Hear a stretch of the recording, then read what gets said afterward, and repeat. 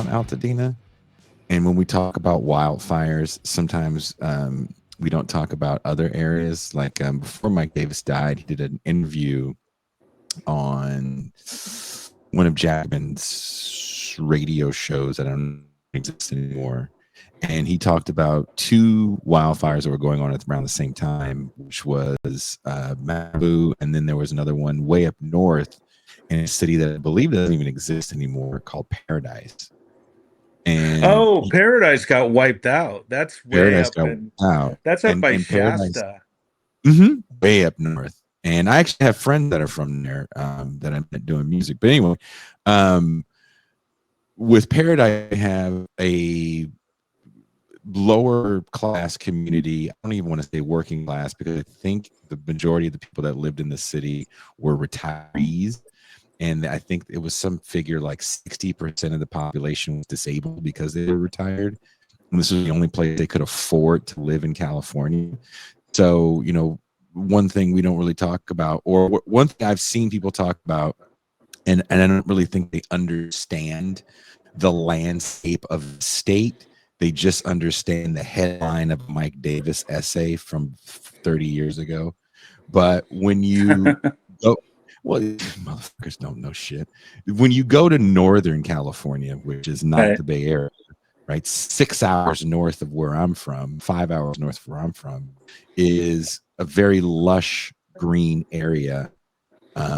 Northern California and pretty much Southern Oregon all look the same. You wouldn't know one from the other.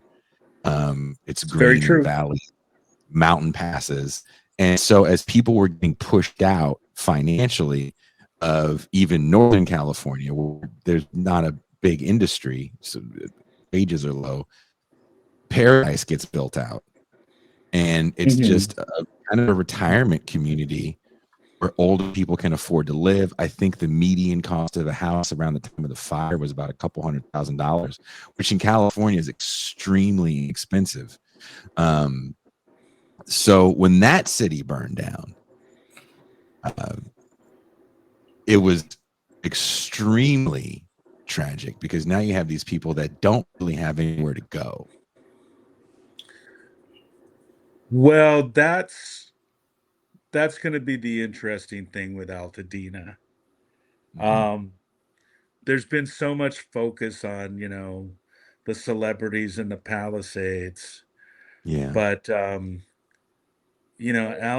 people in Altadena, even like, yeah, some of them are like, work in the film industry, but Mm-hmm. I think what people don't understand is just how expensive LA has been. And there are people who, like, technically they're making these big salaries, but when you take out the cost of living in Los Angeles, they're almost eating ramen, especially, and if they have kids and the kids are going to go to college. I mean, I have two very good friends, and I went to their wedding 30 years ago, and they the fire came down so fast in Altadena. They've had that house for 25 years. They they got out with the clothes on their back, their kids, their dog, and their car, and that's it. And some friends of ours put up a GoFundMe, and that's going to help a little bit. But it's like they're out there trying to find rentals. There are none, and they've jacked the rates up. They're they spent a couple days in one of the um, I forget which one. I don't know if it was the Fairplex or whatever, but and he sadly he was working for WME forever, but he's like a mid-level agent guy, and because the film industry's in the toilet, he got laid off in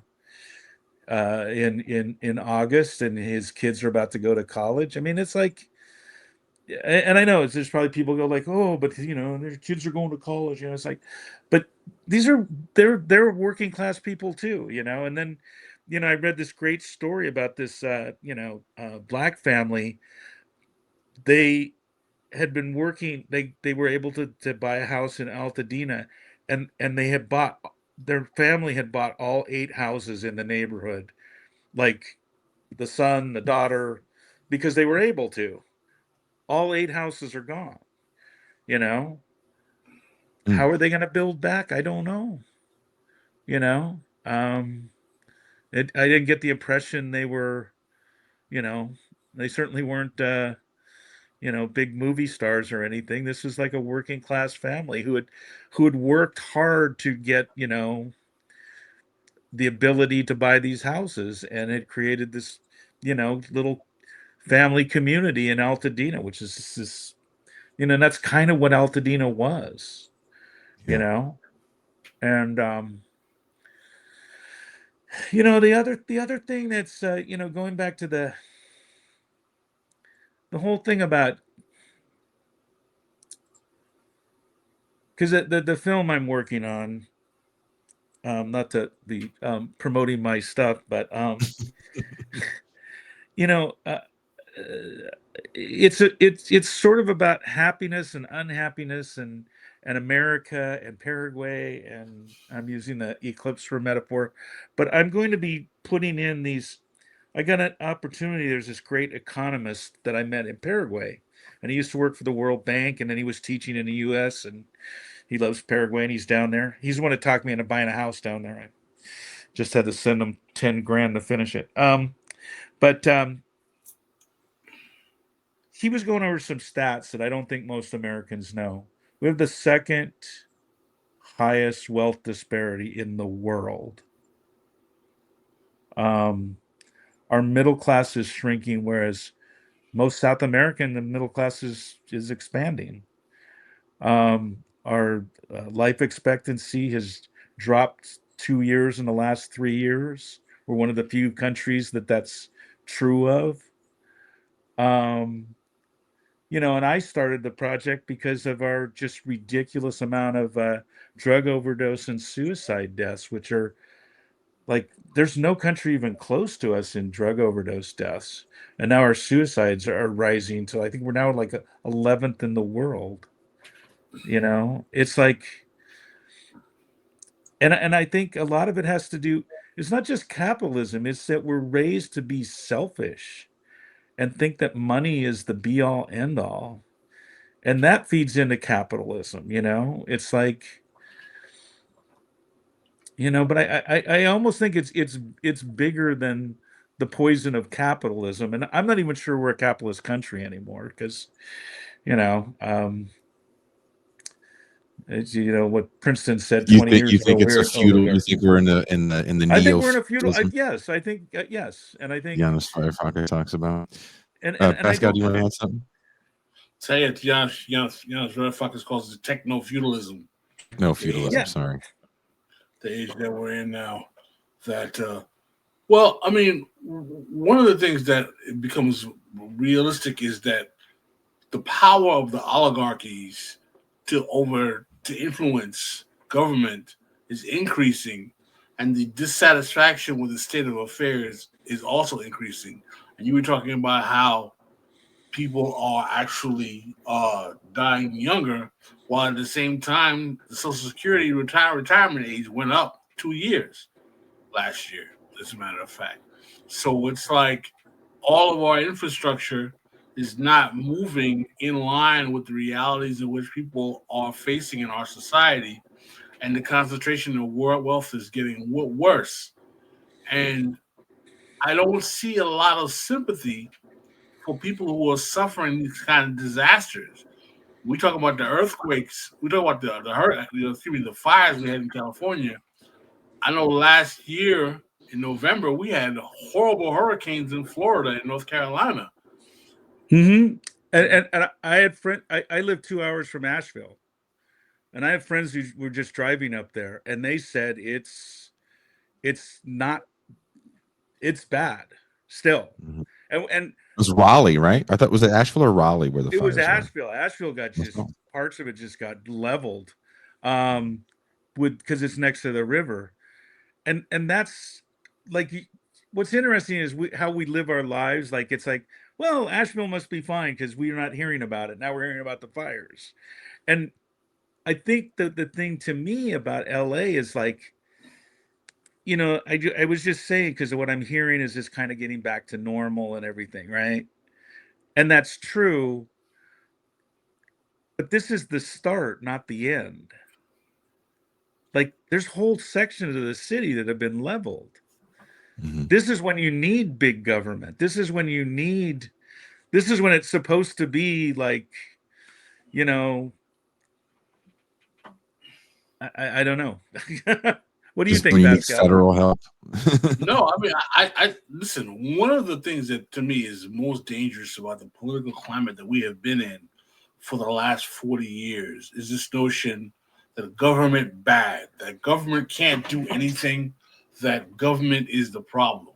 And when you have that combined with this ever-present urge to cut taxes that forces the government to be incompetent because you can't finance the government, then we can't see the ability for us to have nice things.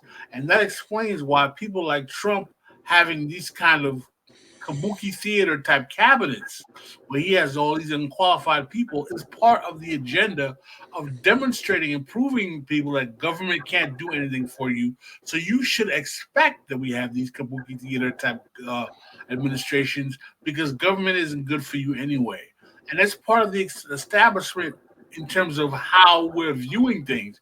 And it's been bipartisan. I remember Clinton ran a party on that. The Yes, he government is did. not that government is not the answer, it's part of the problem. And we have to realize that the problems that we have as a society cannot be rendered off to Elon Musk and oligarchs to answer because they are answering to their shareholders. We need a fiscally responsible yet caring governance to maintain infrastructure to help protect the working class people from the harsh realities of what's going on in the world out there. I couldn't agree more. And also the one thing that's interesting, I mean, LA is seriously underfunded. And everybody down there thinks, oh, I pay so much in taxes. They actually pay less than I do in Athens, Georgia. Um, but the budget is it's terrible, you know? And they did some things a year ago, and this was Karen and the city council who did this. And you know, they gave away. I wish I'd stayed an extra year because now they're letting everybody cash out all of their sick pay. I was sick one day, and you get to keep it year to year. I think I left $70,000 at least on the table. Damn. And had I known she was going to do something, and what's happened is, so all those people are retiring, and so you're paying a bunch of people who aren't working.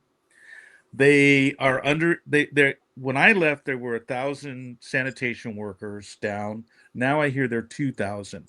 How does this affect fires? If you don't clean the streets, that's what the sparks hit, right? They're underfunded. They have one of the lowest amount of firefighters per capita. One of the things that really sparked these fires was the fact that for 2 days they couldn't take the copters up because that's how they've been Yeah, the masking. winds were so crazy. Because To those give copters people have saved everybody. the,